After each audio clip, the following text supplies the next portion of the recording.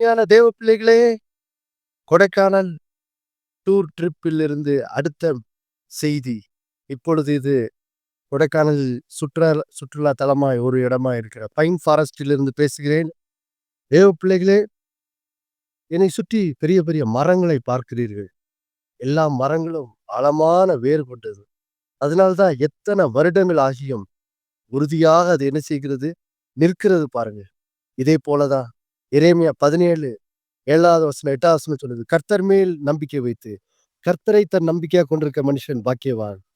அவன் தண்ணீர் அண்டையிலே நாட்டப்பட்டதும் கால்வாய் ஓரமாய் தன் வேர்களை விடுகிறதுமான மனுஷனைப் போல என்ன செய்கிறான் இருக்கிறார். பிரியமானவர்களே, நீங்கள் கர்த்தர் மேல் நம்பிக்கை வைத்து கர்த்தர் கர்த்தரை பற்றி கொண்டு வாழும்போது உங்கள் வாழ்க்கையின் வேர்கள் ஆழமாய் செல்லுகிறது. கர்த்தரில் கால்வாய் ஓரமாய் நடப்பட்ட ஒரு மரத்தை போல ஒரு ஆழமான வேரூன்றின வாழ்க்கையா உங்கள் வாழ்க்கை இருக்கிறபடினால் வசனம் சொல்லுது, உஷ்ணம் வருகிறதை காணாமல் உங்கள் வாழ்க்கையின் இலை பச்சையாகும். மலை தாழ்ச்சியான வருஷத்திலும் தப்பாமல் கனி கொடுக்கிறதுமான மரத்தை போல் உங்கள் வாழ்க்கை இருக்கிறது. ஆதலால் ஆண்டவர் சொல்றார், ஒவ்வொரு நாளும் கர்த்தர் மேல் நம்பிக்கை வைத்து கர்த்தரை உங்கள் நம்பிக்கையாக கொண்டு வாழுங்கள். இயேசுவின் நாமத்தில் ஆமென்.